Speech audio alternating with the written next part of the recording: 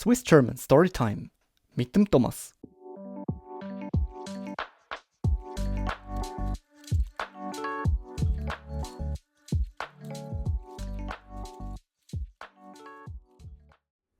Hoi hoi miteinander und willkommen beim neuen Podcast von dieser Woche bei Swiss German Storytime. Wie geht's euch so? Habt ihr schon Sommer oder sind ihr noch im Frühling oder sogar im Regenwetter für alle die in der Schweiz sind? Ich glaube, im Moment ist das Wetter nicht so gut, habe ich gehört. Hier in Tokio ist es auch ein bisschen durchgezogen. Es ist nicht immer gleich, aber öfters einmal sonnig und auch schon ziemlich warm. Heute Morgen habe ich ein recht geschwitztes Aikido-Training, muss ich sagen. Wirklich einen roten Kopf bekommen. Wahrscheinlich sehen das immer noch ein bisschen. Heute habe ich für euch einen interessanten Fakt über Interlaken. Ihr kennt sicher Interlaken, vielleicht sind ihr schon mal dorthin gereist. Ich denke, Interlaken ist einer der bekanntesten Orte, Tourismusorte in der Schweiz. Wunderschön gelegen im Berner Oberland. Wirklich ganz ein schöner Ort. Und der Ort hat aber eine interessante Geschichte. Und der Ort hat nicht immer Interlaken geheissen. Und über das reden wir im heutigen Podcast. Den Podcast habe ich auch wieder auf dem Nationalmuseum-Blog gefunden. Also, den habe ich nicht selber erfunden, nicht selber geschrieben, sondern ist eine Geschichte von dort. Den Link findet ihr auch in der Beschreibung vom Video oder auf dem Transkript. Ja, dann wünsche ich euch viel Spaß bei dem Podcast. Wenn ihr das Transkript auch mitlesen wollt, dann schaut doch auf meinem Patreon vorbei. Und sonst lasst ihr einfach gut zu. Ich hoffe, ihr versteht es gut. Und wenn es euch gefällt, dann lasst mir doch einen Kommentar oder gebt mir einen Daumen gegen Uni. Viel Spaß und bis bald. Eine interessante Geschichte über Interlaken. Das Gebiet zwischen Thuner und Brienzensee ist seit jeher ein begehrter Siedlungsort. Und man will eine lange Geschichte von 1000 Jahren und mehr erwarten. Doch der offizielle Name der Gemeinde Interlaken ist gerade mal 133 Jahre alt. Wie ist es denn da dazu gekommen? Zuerst hat der Ort Matten geheissen. 1897 hat sich das heutige Interlaken von der Gemeinde Matten abgetrennt und ist unter dem Namen Aarmühle zu einer selbstständigen Gemeinde geworden, benannt nach der früheren Klostermühle an der Aare. Wo dann im Verlauf des 19. Jahrhunderts immer mehr Gäste in die Gegend geströmt sind, unter anderem um die Jungfrau zu besteigen oder wenigstens zu bestaunen, hat sich die Einwohnergemeinde Aarmühle umbenennen. Die Einheimischen haben das Wort Aarmühle als Rameli auszusprechen gepflegt. Statt Aarmühle oder Rameli hat man den Namen Interlaken favorisiert.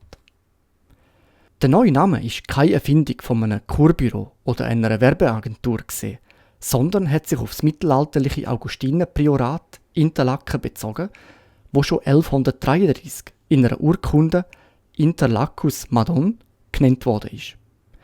Dazu muss man aber wissen, das einstige Kloster ist im Zug der Reformation aufgehoben worden und hat seit 1528 noch mehr bestanden.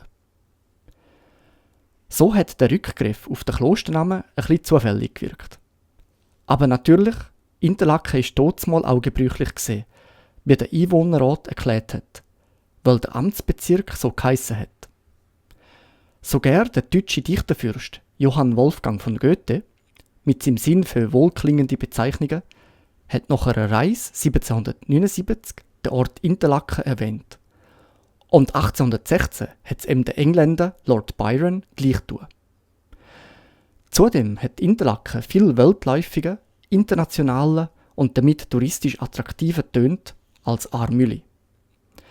Darum hat die Gemeinde Aarmühle nach Zustimmung der Einwohnerversammlung am 4. März 1891 das offizielle Gesuch beim Kanton Bern eingereicht, sich zu Interlaken umbenennen zu dürfen.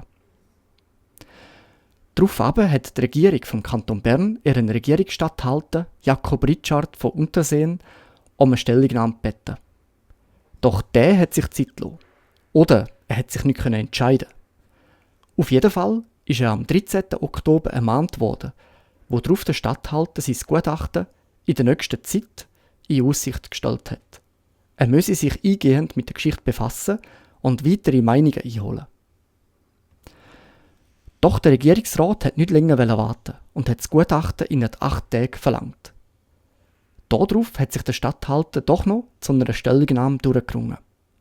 Er hat eine Ablehnung von der Namensänderung beantragt, weil die mit den Nachbargemeinden Matten und Unterseen nicht abgesprochen sei.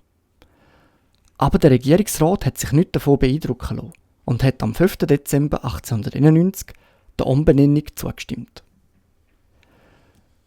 Der Regierungsrat hat betont, von dieser Namensänderung haben namentlich auch die Führer der öffentlichen Bücher Notiz zu nehmen und in Zukunft den neuen Namen Interlaken zu brauchen.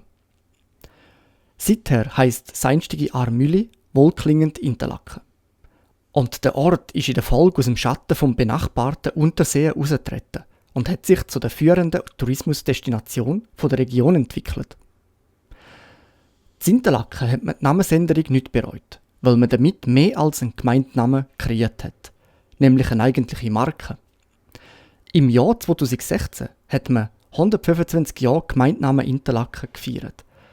Dabei hat der Festredner Peter Hollinger, ehemaliges Mitglied vom Grossen Gemeinderat Interlaken und Parlamentspräsident, gesagt, im nationalen und internationalen Wettbewerb hat Armüli seinerzeit die richtigen Schlüsse aus der Entwicklung gezogen, denn der Erwerb von einem solchen Exklusivrecht an der Marke Interlaken zeugt zweifellos von Weitblick.